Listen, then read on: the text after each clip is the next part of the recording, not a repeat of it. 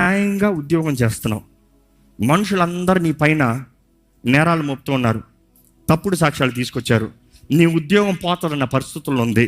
నువ్వైతే దేవుని నమ్ముకుని న్యాయంగా బ్రతుకుతున్నావు, ఉద్యోగం పోతుందని అందరికి అర్థమైపోయింది, నీకు అర్థమైపోయింది. కానీ ఆ రాత్రి దేవుడు ఏదో కార్యం జరిగించాడు. మొర్దెకాయ్, ఎస్తేరు వారందరి జీవితంలో చేయలేదా? ఆ రాత్రి దేవుడు దయ పుట్టించాడు, రాజహృదయాన్ని మార్చాడు, ఒక గొప్ప కార్యాన్ని జరిగించాడు.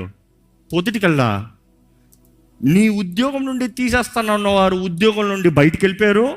ఇంకా స్థానం ఎవరు లేక నీకే ఇవ్వాలని నీకే ఆ నిన్ను చేస్తానన్న వ్యక్తి స్థానాన్ని ఇచ్చారు.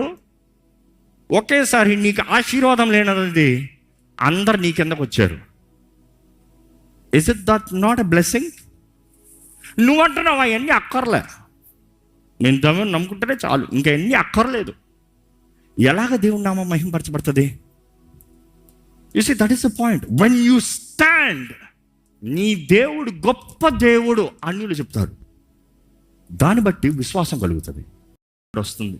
ఈరోజు మిమ్మల్ని అడుగుతున్నానండి, అపవాది మీ నాలుకని కట్టిపెట్టి మిమ్మల్ని సనుగుడు, గొనుగుడు, ఫ్రస్ట్రేషన్, డిప్రెషన్తో నింపుతున్నాడా? లేకపోతే స్తుతి, కృతజ్ఞత దేవుడు చేసిన కార్యాలను బట్టి తిరిగి చూసి ప్రభు నన్ను ఇంతవరకు నడిపించావు, ఇదిగో నీ చేసిన కార్యాన్ని క్రీస్తు నామంలో నేను పొందుకున్నాను తండ్రి, నువ్వు చేసిన అన్ని నా జీవితంలో క్రీస్తుని బట్టి, క్రీస్తు లేకపోతే నాకేమీ లేదు. క్రీస్తు నా సనుగుడు ఇట్లా ఏం చేశాడు దేవుడు? ఎక్కడ ఉన్నాడు దేవుడు? దేవుడు అంటే ఇది జరగాలి.